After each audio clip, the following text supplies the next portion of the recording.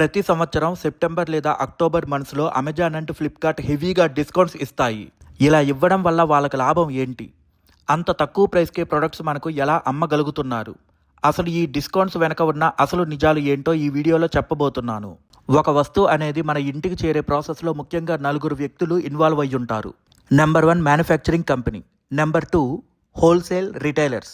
Company దగ్గర నుండి వస్తువులు డైరెక్ట్గా ఈ హోల్సేల్ రిటైలర్స్ దగ్గరికి వస్తాయి. ఈ హోల్సేల్ రిటైలర్స్ అనేవాళ్ళు హైదరాబాద్, ముంబై, ఢిల్లీ, చెన్నై లాంటి సిటీస్లో ఉంటారు. వాళ్ళ దగ్గర వేర్ హౌసెస్ ఉంటాయి. కంపెనీ నుంచి వచ్చిన వస్తువులన్నీ ఆ వేర్ హౌసెస్లో స్టోర్ చేస్తారు. నెంబర్ 3 రిటైలర్స్, అంటే మీ ఏరియాలో ఉండే షాప్ ఓనర్స్. హోల్సేల్ రిటైలర్స్ దగ్గర నుండి ప్రతి ఊర్లో ఉన్న షాప్ ఓనర్స్ దగ్గరికి వస్తువులు వెళ్తాయి. Number 4 customers. రిటైలర్స్ దగ్గరికి వెళ్ళి కస్టమర్స్ వస్తువుల్ని కొనుక్కుంటారు. ప్రతి వస్తువు మీద ఎంఆర్పి ఉంటుంది. ఎంఆర్పి అంటే మ్యాక్సిమం రిటైల్ ప్రైస్. ఈ ఎంఆర్పిని డిసైడ్ చేసేది గవర్నమెంట్ కాదు. ఆ వస్తువుని ఏ కంపెనీ అయితే తయారు చేస్తుందో అదే కంపెనీ తమ వస్తువు యొక్క ఎంఆర్పిని కూడా డిసైడ్ చేసే హక్కు ఉంటుంది. ఎంఆర్పిని డిసైడ్ చేసేటప్పుడు కంపెనీ అనేది కొన్ని ఫ్యాక్టర్స్ని కన్సిడరేషన్లోకి తీసుకుంటుంది. ప్రోడక్ట్ని తయారు చేయడానికి ఎంత కాస్ట్ అవుతుంది, దాన్ని ఇండియాలో అతి ఎక్కువ దూరంలో ఉన్న ప్లేస్కి ట్రాన్స్పోర్టేషన్ చేయాలంటే ఎంత కాస్ట్ అవుతుంది, ఒక రిటైలర్ దాన్ని షాప్లో పెట్టి షోకేస్ చేయడానికి మ్యాక్సిమం ఎంత కాస్ట్ అవుతుంది, జిఎస్టీ ఎంత ఉంటుంది, హోల్సేల్ రిటైలర్ కమిషన్ మ్యాక్సిమం ఎంత ఉంటుంది, రిటైలర్ కమిషన్ మ్యాక్సిమం ఎంత ఉంటుంది, ఇలాంటి ఫ్యాక్టర్స్ అన్నింటినీ తీసుకొని వాటిని మ్యాక్సిమం ప్రైజెస్ను క్యాలిక్యులేట్ చేసి అప్పుడు ప్రోడక్ట్ యొక్క మ్యాక్సిమం రిటైల్ ప్రైస్ని డిసైడ్ చేస్తారు. సో మీకు ప్రొడక్ట్స్ మీద కనిపించే ఎంఆర్పి అనేది మ్యాక్సిమం ప్రైస్ అన్నట్టు, కానీ దానికన్నా తక్కువ రేటుకే రిటైలర్స్కి ప్రొడక్ట్స్ లభిస్తాయి. ఫ్యాక్టరీ దగ్గరగా ఉంటే హోల్సేల్ రిటైలర్స్ తక్కువ కమిషన్ తీసుకుంటే ప్రొడక్ట్స్ షోకేస్ చేయడానికి తక్కువ కాస్ట్ అయితే అప్పుడు రిటైలర్స్కి ఎక్కువ లాభం ఉంటుంది. ట్రాన్స్పోర్టేషన్ కాస్ట్ ఎక్కువ ఉంటే హోల్సేల్ రిటైలర్స్ ఎక్కువ కమిషన్ తీసుకుంటే ప్రొడక్ట్ని షోకేస్ చేయడానికి ఎక్కువ కాస్ట్ అయితే అప్పుడు రిటైలర్స్కి తక్కువ లాభం ఉంటుంది. సో ఫైనల్గా లాభం అనేది ఎక్కువ ఉండొచ్చు లేదా తక్కువ ఉండొచ్చు, బట్ నష్టం అయితే మాత్రం ఉండదు. ఎందుకంటే వాళ్ళు మనకి ఎంఆర్పి ప్రైస్కే అమ్ముతున్నారు కాబట్టి.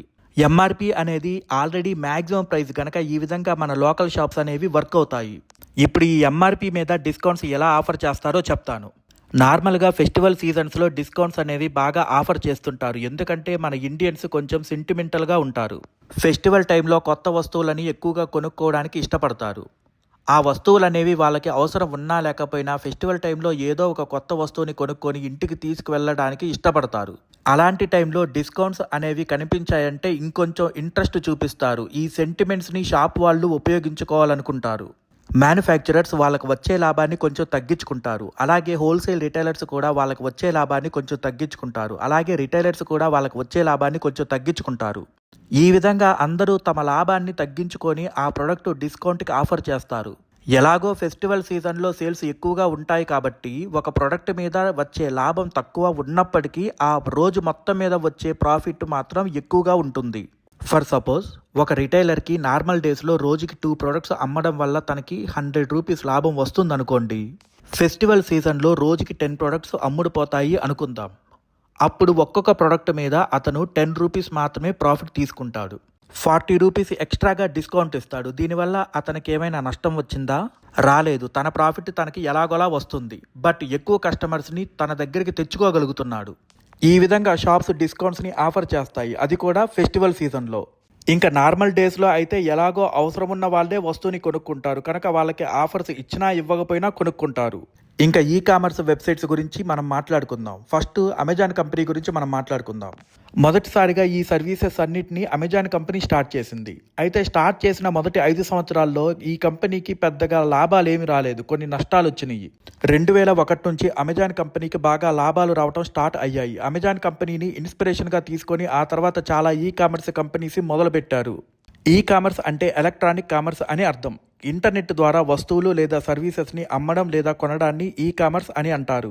మన దేశంలో 2007లో ఫ్లిప్కార్ట్ అనే ఈ కామర్స్ కంపెనీని స్టార్ట్ చేశారు. ఆ తర్వాత స్నాప్డీల్ అనే ఇంకో కంపెనీని స్టార్ట్ చేశారు. ఆ తర్వాత చాలా చిన్న కంపెనీలు స్టార్ట్ చేశారు.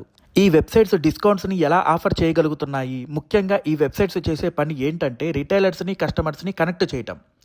అంటే సెల్లర్స్కి కస్టమర్స్కి మధ్య ఫ్లిప్కార్ట్ అనేది ఒక ప్లాట్ఫామ్ లాంటిది. ఫర్ ఎగ్జాంపుల్ యూట్యూబ్ని తీసుకోండి. నన్ను మిమ్మల్ని యూట్యూబ్ అనే ఒక ప్లాట్ఫామ్ కలుపుతుంది. సో యూట్యూబ్ ఎలాగైతే వీడియోస్ చేసే వాళ్ళని వీడియోస్ చూసే వాళ్ళని కనెక్ట్ చేస్తుందో అలాగే ఫ్లిప్కార్ట్ అండ్ అమెజాన్ వెబ్సైట్స్ కూడా వస్తువులు కొనే వాళ్ళని వస్తువులు అమ్మే వాళ్ళని కనెక్ట్ చేస్తాయి. రిటైలర్స్ని సెల్లర్స్ అని కూడా అంటారు. ఎవరైనా ప్రొడక్ట్స్ అమ్మాలనుకున్న వాళ్ళు ఫ్లిప్కార్ట్ లేదా అమెజాన్ వెబ్సైట్లో సెల్లర్ అకౌంట్స్ని ఓపెన్ చేసుకోవచ్చు. ప్రాసెస్ మొత్తం ఆన్లైన్లోనే ఉంటుంది, పేపర్ వర్క్ ఏమీ ఉండదు. Pan card and bank account ఉన్న వాళ్ళు ఎవరైనా సరే సెల్లర్ అకౌంట్స్ని ఓపెన్ చేసుకోవచ్చు. ఈ వెబ్సైట్స్లో అమ్మడం వల్ల సెల్లర్స్కి లాభం ఏంటి? నెంబర్ 1, ఎక్కువ కస్టమర్స్కి రీచ్ అవుతుంది. దాదాపు మన దేశం మొత్తం మీ ప్రొడక్ట్స్ చూస్తుంది. రీచ్ ఎక్కువ ఉంటే సేల్స్ కూడా ఎక్కువగా ఉంటాయి. సేల్స్ ఎక్కువగా ఉంటే లాభాలు కూడా ఎక్కువగా ఉంటాయి. నెంబర్ 2, షోరూంలో ప్రొడక్ట్స్ పెట్టి అమ్మడానికి అయ్యే ఖర్చు అంతా సేవ్ అవుతుంది. ఇలాంటి బెనిఫిట్స్ ఉండటం వల్లే చాలామంది సెల్లర్లు ఆన్లైన్ మార్కెట్ ప్లేస్ని సెలెక్ట్ చేసుకుంటారు.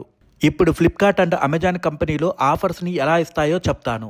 మీకు ఆఫర్స్ ఇచ్చేది సెల్లర్స్ అండ్ మ్యానుఫ్యాక్చరర్స్, కానీ బయటకు మాత్రం ఫ్లిప్కార్ట్ అండ్ అమెజాన్ వాళ్ళే ఆఫర్స్ ఇస్తున్నట్టు పబ్లిసిటీ చేసుకుంటారు.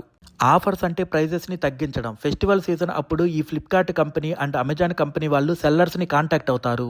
ఈమెయిల్ ద్వారా కాంటాక్ట్ అవుతారు, రిక్వెస్ట్ చేస్తారు. ఏమనంటే త్వరలో ఫెస్టివల్ సీజన్ రాబోతుంది, పలానా డేట్లో ఆఫర్స్ ఇవ్వబోతున్నాము. సో మీరు అమ్మే ప్రొడక్ట్స్ యొక్క ప్రైజెస్ ఆ రోజు కొంచెం తగ్గించుకోండి, మేము కూడా మా కమిషన్లో కొంత పర్సంటేజ్ తగ్గించుకుంటాము అని ఈ విధంగా ఈమెయిల్లో రిక్వెస్ట్ చేస్తారు. అప్పుడు సెల్లర్స్ దానికి ఒప్పుకుంటారు. సో ఇక్కడ ఫ్లిప్కార్ట్ అండ్ అమెజాన్ వాళ్ళు కాదు ఇచ్చేది ఆఫర్స్, కేవలం సెల్లర్స్ మాత్రమే. ఈ సెల్లర్స్లో 4 రకాల వాళ్ళు ఉంటారు. ఫస్ట్ కేటగిరీ మనలాంటి సామాన్యులు, వీళ్ళు అంత ఎక్కువ డిస్కౌంట్స్ ఇవ్వలేరు. సెకండ్ కేటగిరీ కొంచెం పెద్ద రిటైలర్స్, వీళ్ళు రెగ్యులర్ ప్రైజెస్ మీద కన్నా 5 to 10% ఎక్స్ట్రా డిస్కౌంట్స్ని ఆఫర్ చేయగలుగుతారు. సేల్స్ ఎక్కువ ఉంటాయి కాబట్టి ఆటోమేటిక్గా లాభాలు కవర్ అయిపోతాయి. థర్డ్ కేటగిరీ ఫ్లిప్కార్ట్ కంపెనీకి చెందిన సొంత సెల్లర్స్, అంటే ఇండైరెక్ట్గా ఫ్లిప్కార్ట్ కంపెనీకే చాలా డిఫరెంట్ పేర్లతో సెల్లర్స్ అకౌంట్స్ ఉంటాయి. ఆ సెల్లర్ అకౌంట్స్ నుంచి ప్రొడక్ట్స్ని అమ్ముకుంటుంది.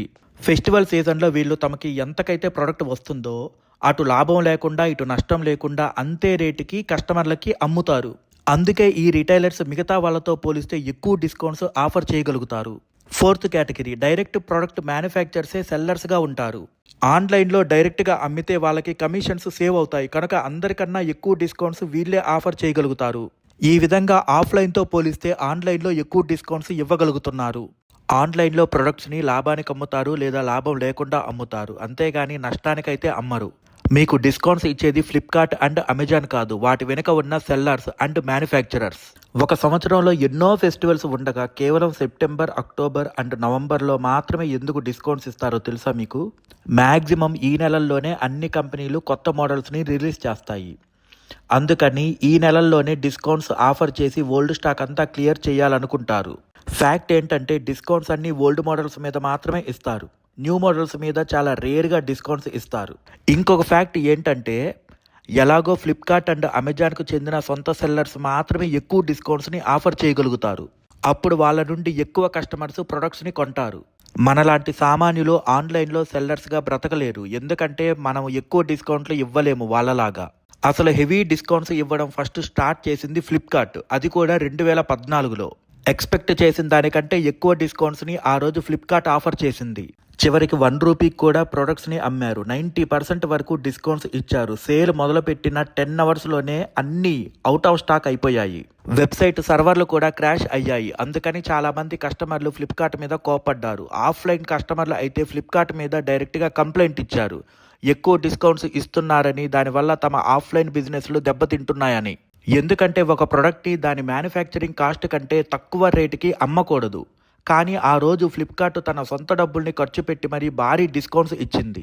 ఆ కంప్లైంట్ని గవర్నమెంట్ సీరియస్గా తీసుకుంది. ఇంకోసారి ఇంత హెవీగా డిస్కౌంట్స్ ఇవ్వకూడదని ఆర్డర్ చేసింది. తమ సొంతగా ప్రొడక్ట్స్ని అమ్మకూడదని, కేవలం సెల్లర్స్కి కస్టమర్స్కి మధ్య ఒక మీడియంలా మాత్రమే పనిచేయాలని గవర్నమెంట్ రిస్ట్రిక్షన్ పెట్టింది. అందువల్లే 2014 లాంటి బిగ్ బిలియన్ డేని ఫ్లిప్కార్ట్ మళ్ళీ తిరిగి ఇంతవరకు ఎప్పుడూ కండక్ట్ చేయలేదు. ఒకవేళ గవర్నమెంట్ రిస్ట్రిక్షన్ కానీ లేకపోతే మాత్రం తన సొంత డబ్బుని ఖర్చు పెట్టి మరీ హెవీ డిస్కౌంట్స్ ఇస్తుంది. అలా డబ్బులు ఖర్చు పెడితే వాళ్ళకు లాభం ఏంటి? అలా డబ్బులు ఖర్చు పెట్టడం వల్ల ప్రొడక్ట్స్ కొనడానికి కస్టమర్లు ఆఫ్లైన్ స్టోర్ల కన్నా ఆన్లైన్ స్టోర్స్నే ఎక్కువగా ప్రిఫర్ చేస్తారని, మెల్లగా ఆఫ్లైన్ స్టోర్స్ని మర్చిపోయి ఆన్లైన్లోనే కొనుక్కుంటారని, అప్పుడు ఫ్యూచర్లో డిస్కౌంట్స్ ఇవ్వకపోయినా కూడా తమ దగ్గరే వస్తువుల్ని కొనుక్కుంటారని ఫ్లిప్కార్ట్ అండ్ అమెజాన్ యొక్క అభిప్రాయం. సో ఇవే ఫ్లిప్కార్ట్ అండ్ అమెజాన్ ఇచ్చే డిస్కౌంట్స్లో ఉన్న అసలు నిజాలు. నా ఎక్స్ప్లెనేషన్ నచ్చితే ఈ వీడియోని లైక్ చేసి షేర్ చేయండి. ఇలాంటి ఇంట్రెస్టింగ్ వీడియోస్ కోసం నా ఛానల్ని సబ్స్క్రైబ్ చేసుకోండి. వీడియో పెట్టగానే నోటిఫికేషన్ రావాలంటే సబ్స్క్రైబ్ చేయగానే పక్కనే ఒక బెల్ ఐకాన్ కనిపిస్తుంది. ఆ బెల్ ఐకాన్ మీద క్లిక్ చేయండి. Thank you all.